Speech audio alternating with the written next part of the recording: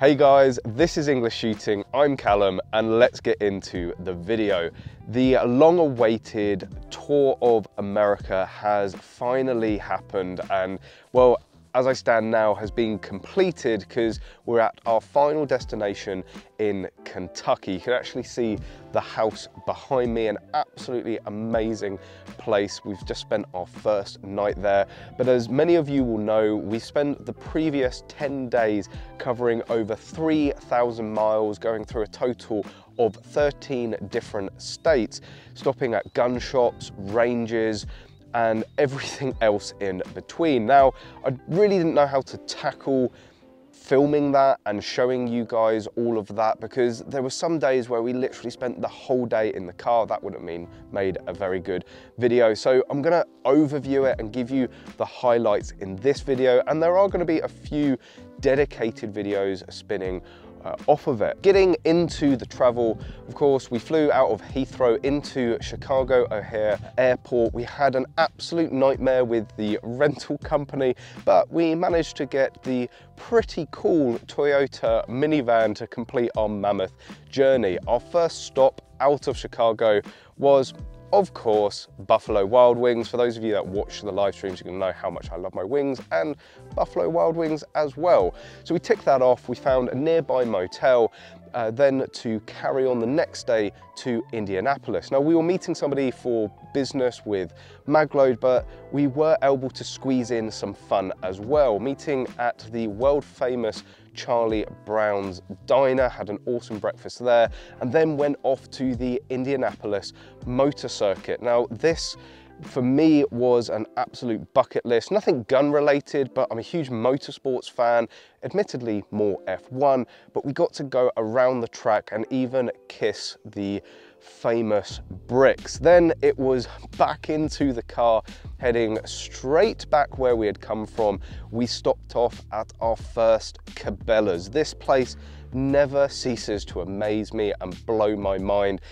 Seriously, it's a dream to have something like this in the UK, and the fact that Cabela's and Bass Pro are dotted all around the States, you Americans don't know how good you've got it. You can buy anything from a speedboat to a pump action shotgun and everything in between. You really can spend hours and also your life savings in there quite easily. We then went through Illinois up to Wisconsin, through Wisconsin to Minnesota, and we were meeting the team behind Taccom. For anybody within practical shooting or 3-gun, you're gonna know Taccom.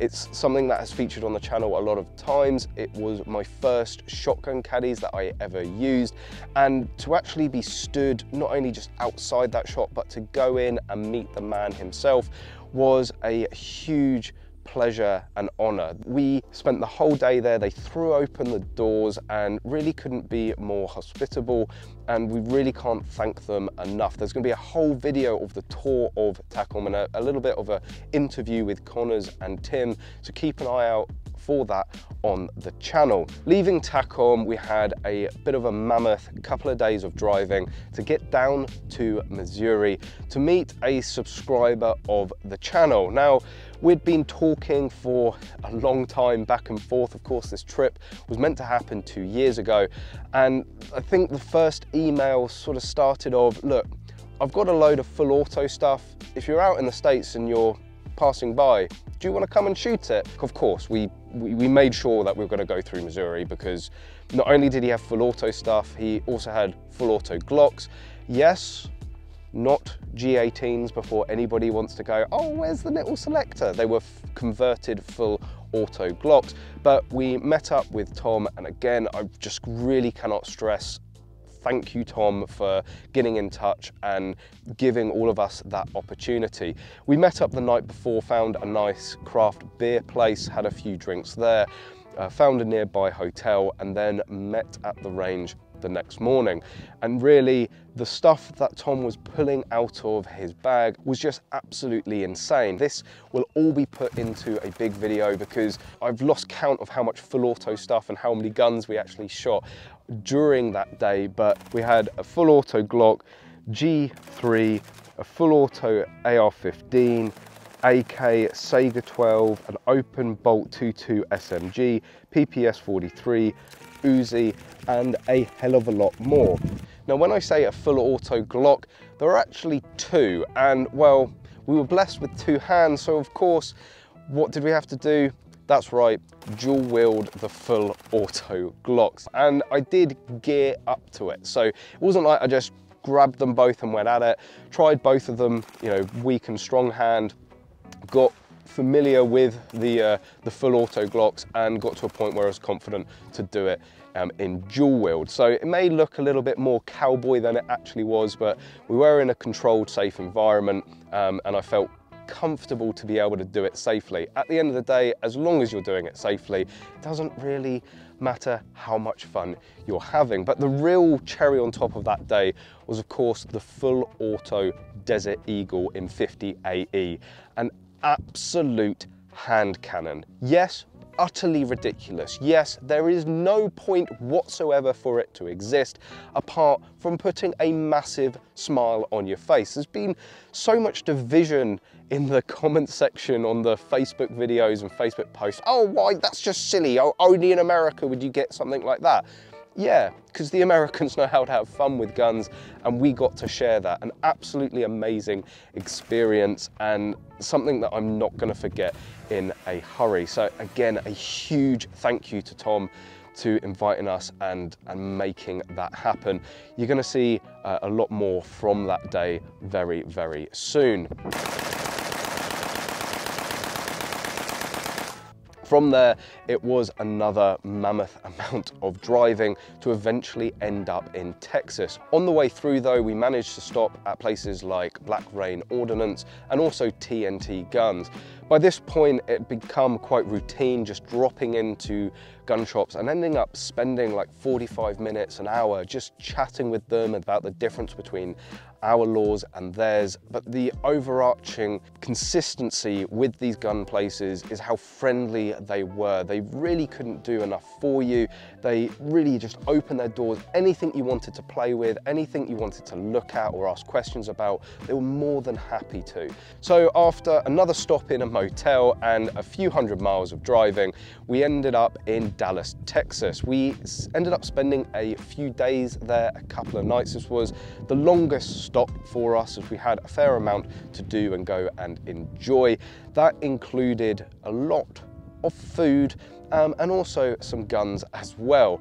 The first meal was Terry Black's barbecue. Hands down, the best barbecue I have ever had in my life. Just amazing. I've never seen so much meat disappear so quickly. The second night was Tex-Mex. We had ticked off the barbecue. The next thing in Texas to go and eat is, of course, Tex-Mex. We went to Gabriella's and Sophia's. I highly recommend going there if you're ever in Dallas. And we had fresh guacamole made right in front of us, which was just out of this world. All of the food there was out of this world. Moving on from the food and going on to the guns, to our surprise, we found a Beretta gallery there, which we all had to go and visit. The guys in there were just super nice, super friendly, ended up spending well over an hour in there, just chewing the fat, talking about the different laws.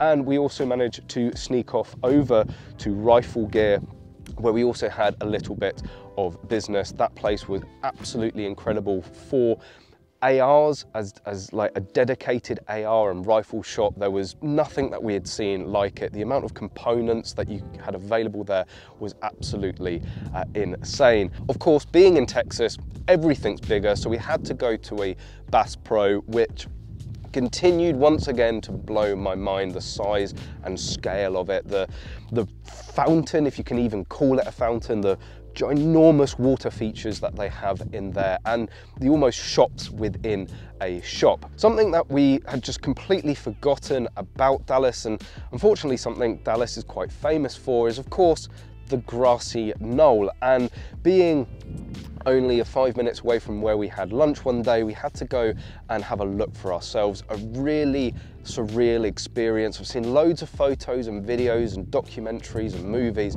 but to actually stand there and see it with your own two eyes is just sort of something else. But I'm not going to highlight on that. It's not the most pleasant of subjects to highlight on, but certainly an experience nonetheless. From Dallas, our next scheduled stop was going to be Birmingham, Alabama, to meet the guys at Callaway Ballistics. This involved us going through Louisiana and Mississippi with a scheduled sleepover stop in Louisiana. Late at night, reaching the scheduled town in which we were going to stop at, to find that a few days prior a storm had rolled in, knocking out most mains, power, water, whatever utilities to the residents, and that they had all flocked to the motels and the hotels. The motels or hotels that had spaces available, either we decided that we didn't want to stay in, and I will say no more on that, or they were just extortionately expensive, taking advantage of the situation. We attempted to perform Hangover 4.0, pulling an all-nighter in one of the casinos, which lasted all of 20 minutes because there was no alcohol and it was incredibly smoky in there, which led us to our final backup option, sleeping on the very top floor of a casino car park in the minivan. Not an experience I want to repeat anytime soon, but with a little bit of sleep, it was sweet home Alabama ahead. We ended up zipping through the rest of Louisiana, right through Mississippi, to then arrive at Birmingham, Alabama. And for me, Alabama was the biggest surprise of the trip. Every other state, including Texas, which was the other state that I was most looking forward to going to, really lived up to what I expected in the good ways and also the bad ways. But Alabama just was a total surprise. Now, we did only stay around the Birmingham area, and we did end up going out to an incredible barbecue joint in a very nice area of Birmingham, Alabama. But speaking to a few of the locals there, actually a lot of the stereotypes, whilst they are true, they're sort of few and far between, and the state itself and Birmingham itself and surrounding areas were just absolutely brilliant. The only way I can describe it is that Birmingham is like a big Guildford, and the area that we ended up eating in was like Godalming, if you've ever been there, like a small Surrey town with like a market square, just completely not what I was expecting. So we ended up having dinner, stayed the night, and then it was to meet the guys at Callaway. Again, I need to extend a huge thanks for a number of reasons, not only pretty much shutting down production to allow us a full tour. There will be a full video of this coming out on the channel at some point. We got to see the start to finish process of making ammunition, both fresh manufactured, so all new components, to remanufactured ammunition as well, recycling those brass cases and all of the QC that is involved in that process as well. They also had an indoor range which we were able to shoot a suppressed 300 Blackout, a suppressed Glock, and also a suppressed MP22 handgun. So thank you for facilitating that, guys. Thank you for opening your doors and being so welcoming. And also they left us with a parting gift, which was a big box of ammo to use here in Kentucky during the week ahead. So yeah, the team there, Hal and Wes, and the others that make up Callaway Ballistics, a huge thank you. You really couldn't have been more welcoming and more inviting, and the overall impression of Alabama and Birmingham for me, I really hope that I can get to visit you guys again in future. Heading away from Birmingham, Alabama, we entered Tennessee. We ended up picking up dinner there at Hattie's B's, famous fried chicken diner. Incredible food once again, very different to what we had previously, but we didn't spend too long in Tennessee as we wanted to be able to visit KYGUNCO within Kentucky the next day. So after dinner, headed up into Kentucky finally, and found a motel near KYGUNCO in Bardstown for that evening. The next day, visiting actually both KYGUNCOs, an incredible pair of shops, really like, let's say, a smaller Bass Pro or a smaller Cabela's, but much more focused on the guns, components, and ammunition. We all managed to pick up something new in actually both of the shops, and even managed to get myself a new CRKT. UK carry legal, might do a video on that at some point in the near future. But then it was to reach our final destination here in Crofton, Kentucky, at this amazing house. I'm actually stood here overlooking a massive lake. It's something out of the movies here. A big thank you to David from American Shooting Trips for his recommendation of getting this place, and this is really why, if you want to come out and shoot and experience America like this, going with somewhere like American Shooting Trips is just absolutely fantastic, because they know all the good spots to go and book your accommodation, how to get the best prices on flights, and also know the best ranges to give you the best shooting experience. But yes, we've only spent one night here as it stands. We've got a whole week to enjoy. I'm sure there's going to be some barbecues on the veranda. There's going to be a lot of sitting and drinking, maybe even some canoeing and kayaking here out on the lake. But I just wanted to surmise the past 10 days and some of the experiences we have. I know I'm missing a huge amount, but really that's the highlights in my head at the moment. We've had the opportunity to meet some incredible people along the way, super friendly, super welcoming. Again, I cannot thank you all enough. But the format going forward now is that I'm going to be vlogging each day at the range, so you're going to see a hell of a lot of shooting, a hell of a lot of USPSA, IPSC shooting, 3-gun as well, maybe hopefully some even more full auto stuff if the local sheriff decides to pay us a timely visit. But there's going to be a hell of a lot more to come from this trip, but that's the past 10 days. Sorry for the lack of live streams and other videos during this period, but there's a number to come out from the past 10 days, and there's going to be a hell of a lot of videos and even brand new product reviews coming out from the next few days ahead. But there we go, guys. I really hope you've enjoyed this video. If you want to see more detailed of the stuff that we've been up to, like dual wielding, full auto Glocks, then make sure you hit that subscribe button. Please hit that like button if you have enjoyed this video. And of course, as always, I hope to see you soon.